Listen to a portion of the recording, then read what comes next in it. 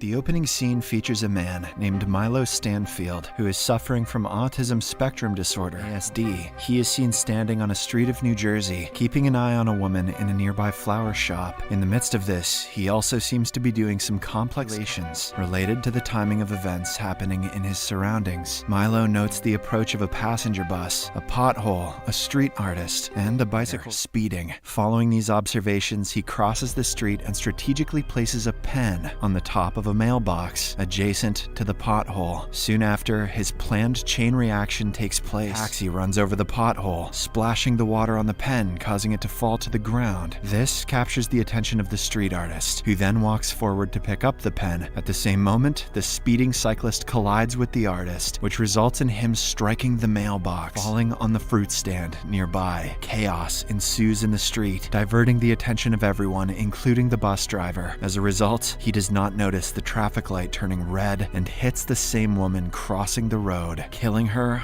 on the spot. And people say math isn't dangerous. Milo then walks away from the scene after confirming that his plan went well. The scene then cuts to an FBI special agent, Olivia Dunham. She works for the Fringe Division of Homeland Security, specializing in paranormal phenomena. Olivia seems to be returning back to work after a long gap due to her head injury. As soon as she enters the Fringe headquarters, she is greeted by one of her fellow officers, Charlie, who is the supervisor of the team. In the meantime, the chief of the agency, Walternate Bishop, is talking to one of the lab assistants, Philip Broyles, regarding Olivia's return. Philip says that she is a doppelganger named Faux-Livia and expresses concern if they can integrate an imposter in their team. Here, it is revealed that Olivia, who is inside the office, is not the real one. She is in fact an imposter who has been brought to fulfill the place of the original one. Walternate then reveals his motivation behind keeping Faux-Livia in this universe and implanting the real Olivia's memories into her. He claims that Faux-Livia is the only one who can travel between universes without any harm. Walternate wants to figure out how she can do so. For this, he says that they must make her believe that she belongs here. Philip asks, what if her new identity does not hold? To which the chief replies that she will no longer be necessary after that. Afterwards, Charlie briefs the team on the seemingly random bus accident which he claims to have happened 2 times in this week. The victim has died in each case. He then asks his crew to be careful before going for the site investigation. A short while later, the FBI team arrives at the accident site and splits up to search for any leads or clues. The investigation by another FBI agent named Lincoln Lee, whose face appears to be ruined by burn marks. Charlie inspects the body and uses her fingerprint to retrieve her further details. She eventually finds out that the deceased woman's name is Julian Foster. Meanwhile, Olivia questions the bus driver, who is shaken by the incident, as he has never even hit any birds or animals until now. Simultaneously, Agent Lee tests for any signs of environmental factors but finds nothing. However, he does find the same ballpoint pen at the scene. After inquiring with the eyewitnesses, Olivia approaches Agent Lee and tells him that the local artist had bent down to pick up the pen, during which he collided with the bicycle rider and fell into the fruit stand. Upon hearing this, Agent Lee speculates that the pen is the main element that created a sequence of reactions, ultimately leading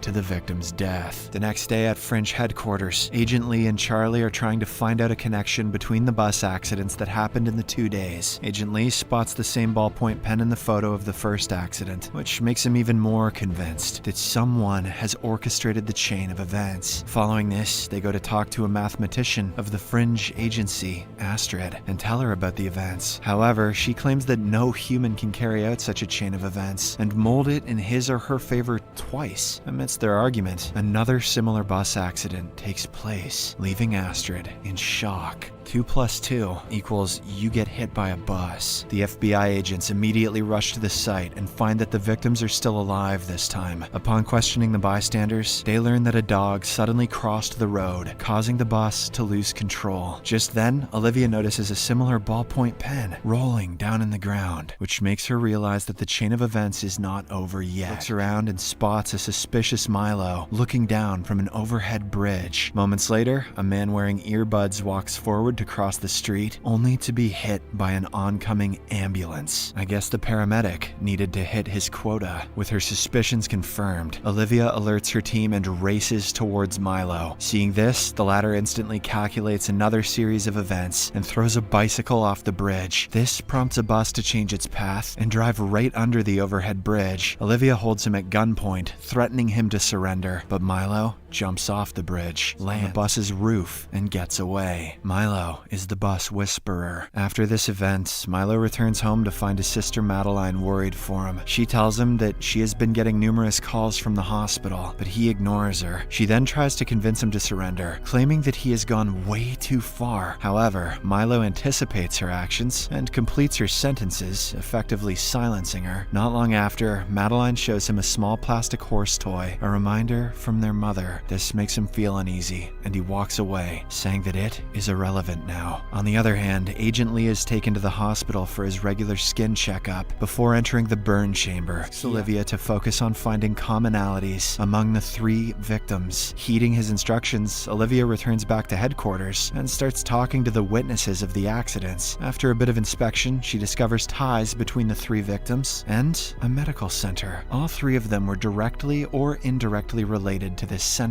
She shares her discovery with Charlie, and the two immediately head to this very medical center. Upon arriving there, Olivia notices that one set of patients are using the same ballpoint pens, as they are unable to cope with digital devices. iPads make them eye-mad. Later, they meet Dr. Levin, a chief doctor who recognizes all 3 victims of the bus accidents. After briefing them on some details about the victims, Dr. Levin explains that they have been helping mentally challenged patients with experimental processes to boost their intelligence. He also shows them video footage of their patients, in which Olivia spots Milo. Upon inquiring about him, Dr. Levin responds that he is one of their patients who also went through the same drug trial that boosted his IQ exponentially. He goes on to say that Milo was released from the hospital under supervision of his sister, and that he was scheduled to return back in order to reverse the experimental process. But now he is not responding to their calls, and he is killing everyone who is trying to take control of him. After learning about Milo's sister, the FBI agents decide to pay her a visit. Unbeknownst to them, Milo is keeping a close eye on Olivia, noting every single pattern of her movements and predicting her next move. Later on, Charlie and Olivia arrive at Milo's place, where they are greeted by Madeline. They ask her about Milo's whereabouts, but she claims to be unaware of them. Sensing that she is hiding something, the agents tell her about the crimes he has committed and how dangerous it is to let him roam free. While Charlie goes to investigate Milo's room, Olivia shares about her late sister, revealing how they used to care for one another. This comforts Madeline enough to share more details about her brother. She explains that Milo is able to predict the outcome of numerous events down to the smallest detail, and that she can break Milo's concentration only by showing him the toy horse. Whenever he sees Bullseye, he gets a woody. Olivia eventually manages to persuade her to disclose anything she knows, emphasizing that they are concerned for civilians, as well as Milo's safety. Madeline then hands her a note revealing the location of the hotel that Milo is currently staying at. After this, Olivia and Charlie discuss plans with Astrid on how to capture Milo. However, they soon realize that any plan would be futile because he can predict their every move. As a result, they opt to approach the hotel directly without any backup. I don't know how that's going to help, but they know best. In the meantime, Milo is seen at his hotel room, looking down through the window and envisioning scenarios that are going to happen in the next few minutes. With his ability, he predicts that Olivia and Charlie will arrive soon and that they will chase him. He also calculates that he can kill Olivia by luring her through a marked zone of a construction site where the air is too thin and crushing her under a load of cement bricks. Just like he predicted, the 2 FBI agents arrive at the hotel and find Milo waiting for them in the street. He then runs towards the construction while the agents pursue him. Olivia, who is unaware of the warning signs for the thin air zone, races through it instead of stopping to put on a respirator. This actually makes Milo's calculation wrong. He didn't think she'd be that dumb. In addition, she also dodges a pile of cemented bricks which Milo assumed would crush her. The villain is shocked to witness his calculation going wrong, ultimately caught by her. At this point in time, Olivia nearly asphyxiates herself due to the low level of oxygen, but thankfully, Charlie arrives in the nick of time and helps her with a breathing apparatus. In the aftermath of these events, Charlie asks Olivia about why she did not stop to put on a respirator, to which she responds that she did not recognize the warning sign. Later on, Olivia brings Madeline to the hospital, where Milo is seen interacting with a supercomputer. According to the doctor, the IQ-boosting drug has been in Milo's brain for too long, due to which they are unable to carry out the reversal process. Now, his mind has become so advanced that only machines can comprehend his thoughts. Saddened by this news, Madeline goes inside the room and leaves the toy horse in front of her brother. The same evening,